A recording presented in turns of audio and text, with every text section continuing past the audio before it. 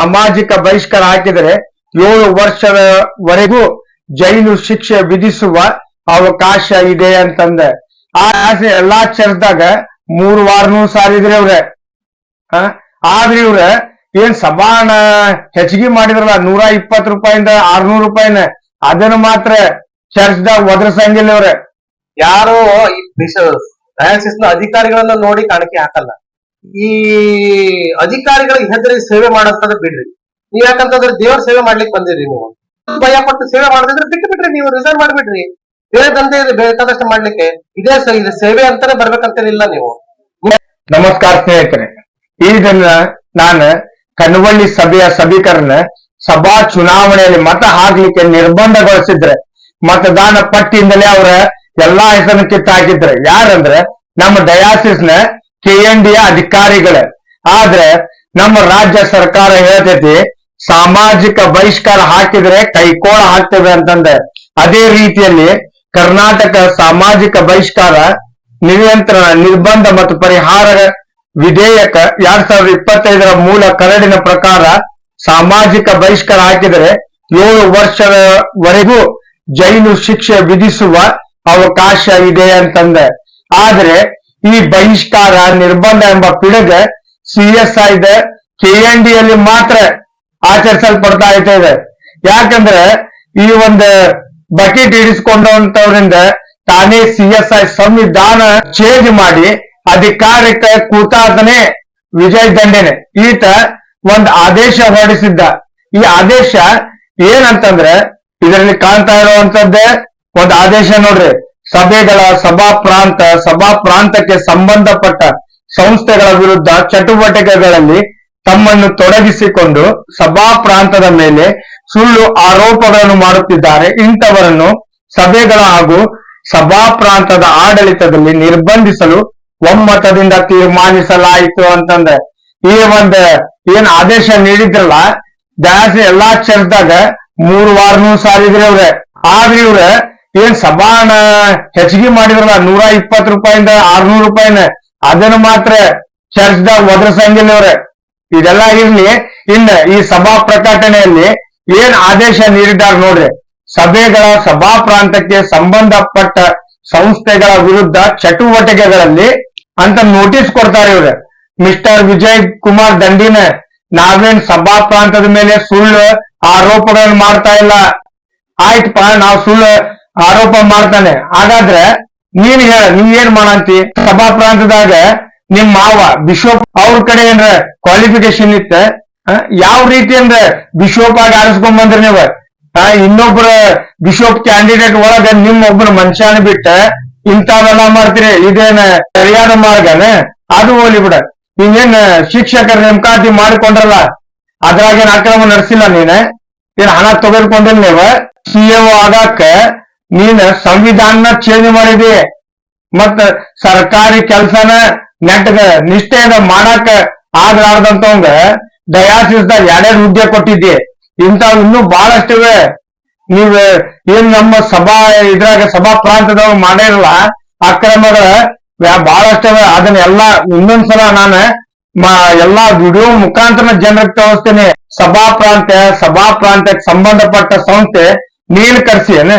ಇಲ್ಲ ನಿಮ್ಮ ಪಿತಾಜಿ ಅವ್ರು ಕರ್ಸಿದ್ದಾರೆ. ಮೊದಲು ನೀನ್ ಜಾಗ ಖಾಲಿ ಮಾಡಿ ಹೋಗಿ. ನೀನ್ ನನ್ ಕೈಯಲ್ಲಿ ಏನ ನಿಮ್ಮಂತರ ಹೊರಗೆ ಹಾಕುವಷ್ಟ ಅಧಿಕಾರ ಇತ್ತಂದ್ರೆ ಯಾವಾಗ ಹೊರದು ಓಡಿಸ್ಬಿಡ್ತಿದ್ದೆ ನಾನು ನಿಮ್ ಏನೇನ್ ಹಗರಣ ಮಾಡಂತಿರಲ್ಲ ಅದನ್ನ ಜನರ ಮುಂದೆ ಹೇಳ್ತಾ ಇದ್ದೀನಿ. ಹೌದ, ನಿಮ್ ಬಗ್ಗೆ ನೀವು ತಪ್ಪು ಮಾಡಿರಿ ಅಂದ ಧ್ವನಿ ಎತ್ತಿದ್ರೆ ನಮಗ್ ಹೆದರ್ಸ್ತೀರಿ. ಏನಂತ ಹೆದರ್ಸ್ತೀರಿ? ಬಹಿಷ್ಕಾರ ಹಾಕ್ತೀವಿ, ಮತ ಚಲಾವಣೆ ಮಾಡಾಕ ನಿರ್ಬಂಧ ಮಾಡ್ತೀನಿ ಅಂತ. ನೀನ್ KND ಚರ್ಚ್ಗಳಿಂದ ಎಷ್ಟು ಜನರಿಗೆ ಚುನಾವಣೆಯಿಂದ ಹೊರಗೆ ಹಾಕಿಯಲ್ಲ, ಎಲ್ಲಾರನ್ನೂ ಕೂಡಿಸ್ತೇನ. ಇವತ್ತ ನಾನು ಕನವಳ್ಳಿ ಸಭೆಯ ಸಭಾ ಹಿರಿಯರ ಚುನಾವಣೆಯಲ್ಲಿ ಮತದಾರ ಪಟ್ಟಿಯಿಂದ ಹೆಸರನ್ನು ತೆಗೆದು ಹಾಕಿರುವಂತ ಕ್ರೈಸ್ತ ಸಹೋದರರನ್ನು ಭೇಟಿ ಮಾಡಿ ಮಾತನಾಡಿದ ವಿಡಿಯೋ ನಿಮ್ಮ ಮುಂದೆ ಇದೆ ನೋಡಿ. ನಮಸ್ಕಾರ ಸ್ನೇಹಿತರೆ, ನಮ್ದು ಧಾರವಾಡ ಡಯಾಸಿಸ್ ಏನೈತಲ್ಲ, ದಿನಕ್ಕೊಂದ್ ಹಗರಣನೂ ಮಾಡ್ತೈತಿ, ಆಮೇಲೆ ಸದಾ ಸುದ್ದಿಯಲ್ಲೂ ಇರ್ತೈತಿ. ಇದ ಒಂದು ಡಯಾಸಿಸ್ ಬಗ್ಗೆ ನಾನು ದಿನಕ್ಕೊಂದ್ 100 ವಿಡಿಯೋ ಮಾಡಿದ್ರು ಅವ್ರು ಸಾಲಂಗಿಲ್ಲ ಅನ್ಸ ಅಂತೈತಿ ನನಗೆ. ಇವ್ರು ಎಷ್ಟು ವಿಡಿಯೋ ಮಾಡಿದ್ರು ಇವ್ರ ತಿಳ್ಕೊಳಲ್ಲ, ಸುಧಾರಿಸ್ತಾನೂ ಇಲ್ಲ. ಅದೇ ರೀತಿಯಲ್ಲಿ ಇಲ್ಲಿ ಒಂದು ಕನವಳ್ಳಿ ಸಭೆ ಏನಿದೆ ಹಾವೇರಿ ಡಿಸ್ಟಿಕ್ ನಲ್ಲಿ ಬರ್ತೈತಿದೆ. ಕಳೆದ ವರ್ಷ 2024ರಲ್ಲಿ ಸಭಾ ಹಿರಿಯರ ಚುನಾವಣೆ ನಡೀತೆ. ಆ ಚುನಾವಣೆಯಲ್ಲಿ ಏನ್ ಮತ ಹಾಕ್ಬೇಕಾಗಿರ್ತೈತಲ್ಲ, ಆ ಮತದಾರರ ಹೆಸರನ್ನ ಕೈ ಬಿಟ್ಟಾರ ಇವ್ರು ಎದಕ್ ಕೈ ಬಿಟ್ಟಾರ ಅಂತಂದ್ರೆ, ತಮ್ಮ ಬೇಕಾದವರಲ್ಲಿ ಹಿರಿಯರ ಆಗ್ಬೇಕನ್ನೋ ಕಾರಣಕ್ಕೆ ಇವ್ರ ಹೆಸರದಿಂದ ಕೈ ಬಿಟ್ಟಾರೋ ಏನು ನಮಗೂ ಗೊತ್ತಿಲ್ಲ. ಆದ್ರೆ ಯಾರ್ದ ಹೆಸರು ಕೈ ಬಿಟ್ಟಾರಲ್ಲ ಅವ್ರು ಕೂಡ ನಾನು ಸಮಕ್ಷಮ ಮಾತನಾಡ್ತಾ ಇದ್ದೀನಿ. ಅವ್ರ ಬಗ್ಗೆ ನೀವು ಅವ್ರ ಮುಖಾಂತರ ಅವ್ರ ಮಾತನ್ನ ನೀವು ಕೇಳಬೇಕಂತ ನಾನು ಹೇಳ್ತಾ ಇದ್ದೇನೆ. ನಮಸ್ಕಾರ ಸರ್. ಸರ್, ಇದು ಏನ್ ಕಳೆದ ವರ್ಷ 2024ರಿಂದ ಏನ್ ಕನವಳ್ಳಿ ಸಭೆಯಲ್ಲಿ ಸಭಾ ಹಿರಿಯರ ಚುನಾವಣೆ ಪ್ರಾರಂಭವಾಯ್ತಲ್ಲ, ಅವಾಗ್ಲಿಂದಲೇ ಕನವಳ್ಳಿ ಸಭೆ ಹೆಸರು ಬಹಳಷ್ಟು ಸುದ್ದಿಯಲ್ಲಿ ಐತಿ. ಒಂದ್ ಸಮಯದಾಗ ಕನವಳ್ಳಿ ಸಭೆ ಅಂದ್ರೆ ನಮಗೂ ಬರ್ತಿದ್ದಿಲ್ಲ, ಅದ್ ಎಲ್ಲಿ ಬರ್ತೈತಿ ಎಲ್ಲಿ ಐತಿ ಅಂತಂದ್ರೆ. ಅದು ಯಾಕೆ, ಏನ್ ಪ್ರಾಬ್ಲಮ್ ಆಯ್ತು ನಿಮ್ದು ಸಭೆಯಲ್ಲಿ? ನೀವು ಕೇಳಿರೋ ಪ್ರಶ್ನೆಗೆ 2 ಉತ್ತರ ಕೊಡ್ಬೇಕಾಗ್ತಿತ್ತು. ಒಂದು ಉತ್ತರ ಏನಪ್ಪಾ ಅಂತಂದ್ರೆ, ಹಿಂಗ್ ಯಾಕೆ ಮಾಡಿದ್ರಿ ಅಂತ ನೀವು ಡಯಾಸಿಸ್ ಅಧಿಕಾರಿಗಳನ್ನ ಕೇಳ್ಬೇಕಾಗ್ತೈತಿ. ಎರಡನೇದು, ನಾವ್ ಯಾಕೆ ಈ ರೀತಿ ನಮ್ಗೆ ಯಾಕೆ ಈ ರೀತಿ ಮಾಡಿದ್ರ ಅಂತ ಹೇಳಿದ್ರೆ, ನಾವ್ ತಿಳ್ಕೊಂಡಿದ ಪ್ರಕಾರ ಮತದಾನ ಚಲಾಯಿಸುವಂತ ಹಕ್ಕನ್ನೇ ನಮ್ಮಿಂದ ಕಸ್ಕೊಂತಾರ ಅಂತ ಹೇಳಂತಂದಾಗ ನಾವಿನ್ ಏನ್ ಮಾಡ್ಬೇಕಾಗ್ತೈತಿ? ಅಲ್ಲ ಸರ್, ಇವ್ರು ಯಾಕೆ ನಿಮ್ಮ ಪರ್ಪಸ್ ಆಗಿ ನಿಮ್ನ ಮತದಾನದಿಂದ ತೆಗೆದು ಹೊರಗಿಟ್ರೆ? ಅದೇ ಸರ್, ನಾನ್ ಮತ್ತೆ ತಿರ್ಗಾ ಅದನ್ನೇ ಉತ್ತರ ಹೇಳ್ಬೇಕಾಗ್ತೈತಿ. ಅದನ್ನ ಯಾಕೆ ಅವರು ನಮ್ಮ ಮತದಾನದ ಹಕ್ಕನ್ನು ತೆಗೆದ್ರು ಅಂತ ನೀವು ಅಧಿಕಾರಿಗಳನ್ನೇ ಕೇಳ್ಬೇಕು. ಯಾಕಂತಂದ್ರೆ 2-3 ಇಲೆಕ್ಷನ್ ಆಯ್ತ್ರಿ. ನಾವ್ ಕನವಳ್ಳಿ ಬಂದು ಜಾಯಿನ್ ಆದ ನಂತರ 2-3 ಇಲೆಕ್ಷನ್ ಆದ್ವು. 2-3 ಇಲೆಕ್ಷನ್ ನಡೆದ್ರು. ಅದಕ್ಕಿಂತ ಮೊದಲೇ ಯುನಾನಿಮಸ್ಲಿ ಆರಿಸಿದ್ವಿ ನಾವು ಸಭಾ ಹಿರಿಯರನ್ನ. ಆರಿಸಿದಾಗ ಅವಾಗ ನಾನು ಸೂಚಕನಾಗಿದ್ನೋ ಅಥವಾ ಅನುಮೋದಕನಾಗಿ ಸಹಿ ಮಾಡಿದ್ದೀನಿ. ನಮ್ಮ ಚರ್ಚ್ ಕನವಳ್ಳಿ ಚರ್ಚ್ ಕಟ್ಟಬೇಕಾದ್ರೆ 2020 ಮೇ ಬಿ 2020ರಲ್ಲಿ ಇಲೆಕ್ಷನ್ ಆದಾಗ ಸಭಾಪಾಲಕರಲ್ಲಿ ಇಲೆಕ್ಷನ್ ಮಾಡಿದ್ರು. ಅವಾಗ ಆ ಟೈಮಲ್ಲಿ ಇಲೆಕ್ಷನ್ ಅಲ್ಲಿ 2 ಸಭಾ ಹಿರಿಯರು ಆರಿಸಿದ್ರು. ಆ ಟೈಮಲ್ಲಿ ನಮ್ಮ ಕುಟುಂಬದ ಎಲ್ಲರಿಗೂ ಓಟ್ ಕೊಟ್ಟಿದ್ದಾರೆ. ಎಲ್ಲಾ ಓಟ್ ಕೊಟ್ಟು ಎಲ್ಲ ಆದ ನಂತರ 2024ರಿಂದ 27ರದ ಸಭಾ ಹಿರಿಯರ ಆರ್ಸೋದು ಬಂದಾಗ ನಮ್ಮ ಕುಟುಂಬದ 6 ಜನ ಮತ್ತೊಬ್ಬರು ಸೇರಿ 7 ಜನರು ತೆಗೆದ್ರು. ಯಾಕೆ ಅಂತಂದ್ರೆ, ಈ 7 ಜನ ಯಾವ ಕಡೆ ಓಟ್ ಬೀಳ್ತತೆ ಅವ್ರು ಗೆಲ್ತಾರಂತ. ಈಗ ನಿಮ್ದ ಏನ್ ಎಲ್ಲಾ ಹೆಸರನ್ನ ತೆಗೆದ್ರಲ್ಲ ಮತದಾರ ಪಟ್ಟಿಯಿಂದ, ನೀವು ಡಯಾಸಿಸ್ ನ ಅಧಿಕಾರಿಗಳು ಹೋಗಿ ಭೇಟಿ ಆಗಿದ್ರು ಅಥವಾ ಇಲ್ಲ? ಸರ್, ಅವ್ರಿಗೆ ಹೆಂಗ್ ಭೇಟಿ ಆಗ್ಬೇಕು, ಯಾವ್ಯಾವ ರೀತಿ ಭೇಟಿ ಆಗ್ಬೇಕು, ಎಲ್ಲಾ ರೀತಿಯಿಂದ ಭೇಟಿ ಆಗ್ಬೇಕು. ಸೀದಾ ಹೋಗಿ ಒಂದ್ 15-16 ಜನ ಹೋಗಿ ಡಯಾಸಿಸ್ ಭೇಟಿಯಾಗಿ ಹೇಳಿದ್ವಿ, ಲೆಟರ್ ಕೊಟ್ವಿ, ಕಡೆಗೆ ರಿಸೀವ್ಡ್ ಸಹಿತ ತಗೊಂಡ್ ಬಂದ್ವಿ. ಅದೆಲ್ಲ ಆದ್ಮೇಲೆ ಕಡೆಗೆ ಇಲೆಕ್ಷನ್ ಪೂರ್ವದಾಗ ನಾವು ಮತದಾನ ಇದ್ರಿಂದ ಯಾಕೆ ತೆಗೆದ್ರಿ ಅಂತ ಹೇಳಿ ಸಹಿತ ಲೆಟರ್ ಕೊಟ್ವಿ. ಅದಕ್ಕೂ ಉತ್ತರ ಇಲ್ಲ. ಅದಾದ ನಂತರ ನೆಕ್ಸ್ಟ್ ಇಲೆಕ್ಷನ್ ಆಯ್ತು. ಇಲೆಕ್ಷನ್ ಆದ್ಮೇಲೆ 5 ದಿವಸದೊಳಗೆ ಅದಕ್ಕೆ ಉತ್ತರ ಅಬ್ಜೆಕ್ಷನ್ ಲೆಟರ್ ಹಾಕಿದ್ರಂದ್ರ ಇಲೆಕ್ಷನ್ ಅದನ್ನ ನಿಲ್ಲಿಸ್ತಾರ ಅಂತ ಹೇಳಿ ಕೇಳಿದ್ರು. ಕನವಳ್ಳಿ ಸಭೆಯಾಗ ಸಭಾ ಹಿರಿಯರ ಚುನಾವಣೆ ಆಯ್ತು ಅಥವಾ ಇನ್ನೂ ಹಾಗೆ ಪೆಂಡಿಂಗ್ ಐತಿರಿ? ಸರ್, ಸಭಾ ಹಿರಿಯರ ಚುನಾವಣೆ ಆಯ್ತು. ದೇವರ ಕೃಪೆಯಿಂದ ಸಭಾ ಚುನಾವಣೆ ಮಾಡಿದ್ರು. ಪಾಸ್ಟರ್ ಮತ್ತು ಎಲ್ಲರೂ ಸಭೆಯಂತ ಎಲ್ಲ ವ್ಯಕ್ತಿಗಳು ಸೇರಿ ಸಭಾ ಎಲ್ಲರೂ ಸೇರಿ ಅಲ್ಲಿ ಸಭಾ ಚುನಾವಣೆ ಆಯ್ತು.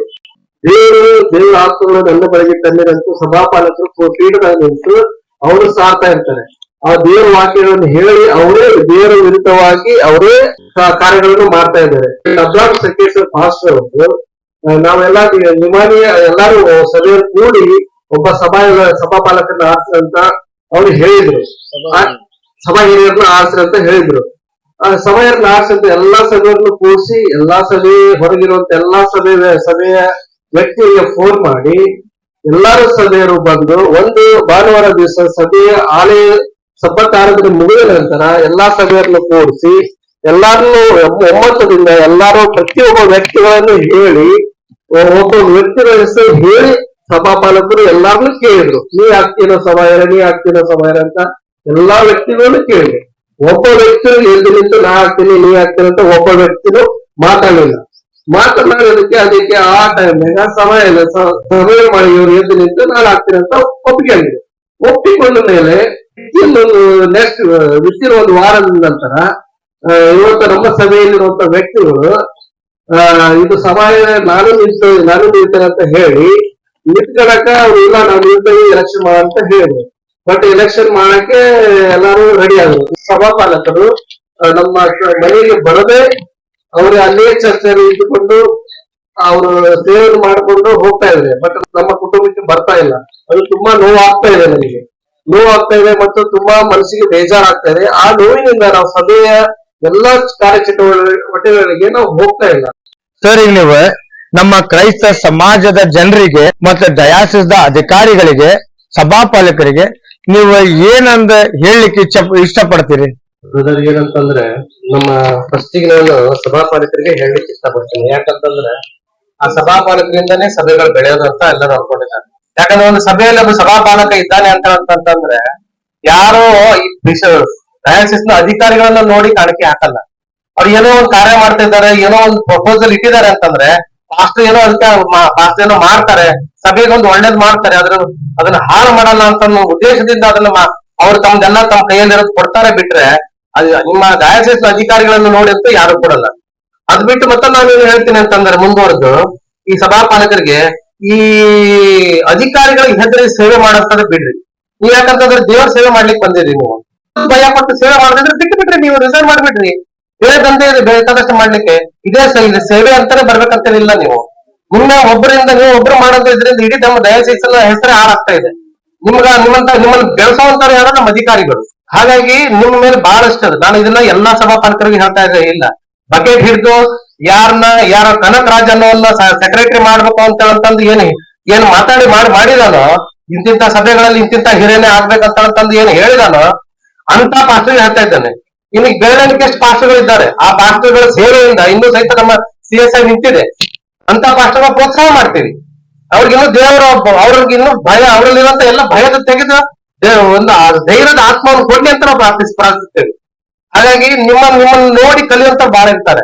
ಅದಕ್ಕಾಗಿ ನೀವು ಅಂತ ಕೆಲಸ ಮಾಡಕ್ ಹೋಗ್ಬೇಡ್ರಿ, ಸಭೆ ಹೊಡೆಯುವಂತ ಕೆಲಸ ಮಾಡಕ್ ಹೋಗ್ಬೇಡ್ರಿ. ನಿಮ್ಮಲ್ಲಿ ಆಗ್ಲಿಲ್ಲ ಅಂದ್ರೆ ಅದು ಬಿಟ್ಬಿಡ್ರಿ.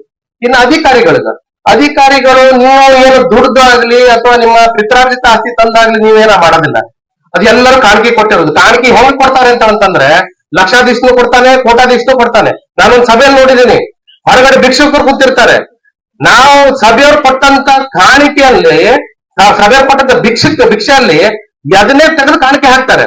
ಅಂತ ಕಾಣಿಕೆ ರೊಕ್ಕ ತಗೊಂಡು ಹೋಗಿ ನೀವು 13 ಕಡೆ ಕಿರಿಬಿಟ್ ಹಾಕೋದು, ಕೊಡೆಕನೆಗೆ ಹೋದೆ, ದಾಂಡೇಲಿಗೆ ಹೋದೆ, ಯಾರ ಅಪ್ಪನ ಮನೆ ರೊಕ್ಕ ಅದು, ಯಾರ ಆಸ್ತಿ ಅದು ಅಂತ ಮಾಡೋ ಬದ್ಲಿ ಪಾಸ್ಟರ್ಗಳಿಗೆ ಏನ್ ದಾರಿ ತಪ್ಪ ಕೆಲಸ ಮಾಡ್ತಾ ಇದಾರೆ ಪಾಸ್ಟರ್ಗಳು ಬಹಳ ಜಾಸ್ತಿ ಮಾಡ್ರಿ. ನೀವು ಇಂತ ಹೊಲಸು ಕೆಲಸ ಮಾಡ್ಕೊಂಡು ಬಿಷಪ್ ಹೆಸರು ಹಾಳು ಮಾಡಿ, ನಮ್ಮ ಡಯಾಸಿಸ್ ಹೆಸರು ಹಾಳು ಮಾಡಿ, ಏನ್ 2024 ನೀವೇನು ಯಾರ ಕನಕ್ ರಾಜ್ ಅನ್ನೋ ಒಂದು ಸಭಾ ಹಿರಿಯ ಸೆಕ್ರೆಟರಿ ಆಗ್ಬೇಕಂತೇಳಿ ಏನು ತನ್ನ ಇದನ್ನು ಮಾಡಿದಾನೋ ಅಲ್ಲಿಂದ ನೋಡಿ ಇಡೀ ನಮ್ಮ ಡಯಾಸಿಸ್ ಹೆಸರೇ ಪೂರ್ತಿ ಹಾಳಾಗಿದೆ. ಇದನ್ನ ಓಪನ್ ಆಗಿ ಕನಕ್ ರಾಜ್ ಅವರಿಗೆ ಹೇಳ್ತಾ ಇದ್ದೀವಿ. ಇನ್ನು ಕೆಲವೇ ದಿವಸದೊಳಗೆ ನೀವು ಎಲ್ಲಾ ನಮ್ಮ ಹಾವೇರಿ ಭಾಗದಿರ್ಬೋದು, ಶಿವಮೊಗ್ಗದಿರ್ಬೋದು, ಹಾಸ್ಪಿಟಲ್ ಇರ್ಬೋದು, ಹಚ್ಚೋಳಿದಿರ್ಬೋದು, ಎಲ್ಲದ್ದು ನೀವು ಸರಿ ಮಾಡದೇ ಇದ್ರೆ ನೀವು ಎಲ್ಲಿ ಸಿಗ್ತೀರಿ ಅಲ್ಲಿ ನಿಮ್ಮನ್ನು ಗೆರ ಹಾಕ್ತೀವಿ. ನೀವು ಎಲ್ಲಿ ಸಿಗ್ತೀವಿ ನಾವು ಗೆರ ಹಾಕ್ತೀವಿ. ಇನ್ನು ಬಿಷಪ್ರಿಗೆ ಹೇಳ್ತೇವೆ, ಬಿಷಪ್ರಿಗೆ ಒಂದು ಮಾತು ಹೇಳ್ತೇನೆ. ನೀವು ಎಲ್ಲಾರ್ಗು ದೊಡ್ಡವರು ಅಂತ ನಾವು ಅನ್ಕೊಂಡಿದ್ದೀವಿ. ಆದ್ರೆ ನಿಮ್ಮಂತ ಸುಳ್ಳು ಹೇಳುವಂತ ಬಿಷಪ್ರು ಇನ್ನೂ ತನಕ ನಮ್ಮ ಡಯಾಸಿಸ್ ಹಿಸ್ಟ್ರಿಲಿ ಯಾರು ಬರ್ಲಿಲ್ಲ. ನೀವು ಬಿಟ್ಟು ಹೋಗ್ಬಿಟ್ರಿ. ಅದಾಗ್ಲಿಲ್ಲ ಅಂತಂದ್ರೆ ನೀವು ಶಿಲುಬೆ ತೋರಿಸಿ ಕೈ ಮಾಡಿ ಪ್ರೇಯರ್ ಮಾಡಿ ಬಂದವ್ರು ನೀವು ಏನ್ ಬೇಕು ಗಳಿಸ್ಕೊಡ್ತಾರೆ. 60 ರೂಪಾಯಿ ಇರೋದು 500 ರೂಪಾಯಿ ಮಾಡಿ, 50 ರೂಪಾಯಿ ತಿಂಗಳಿಗೆ 50 ರೂಪಾಯಿ ಮಾಡಿ ಚೈನಿ ಮಾಡ್ಬೇಕಂತ ಮಾಡಿದ್ರೆ ನೀವು ಇದನ್ನ ನಾವು ಎಡ್ಯಾಕ್ ಬಿಡಲ್ಲ. ಮುಂದಿನ ದಿನಗಳಲ್ಲಿ ದೊಡ್ಡ ಹೋರಾಟ ಮಾಡ್ತೀವಿ, ಎಚ್ಚರಿಕೆ ಇರಲಿ ಅಷ್ಟೇ.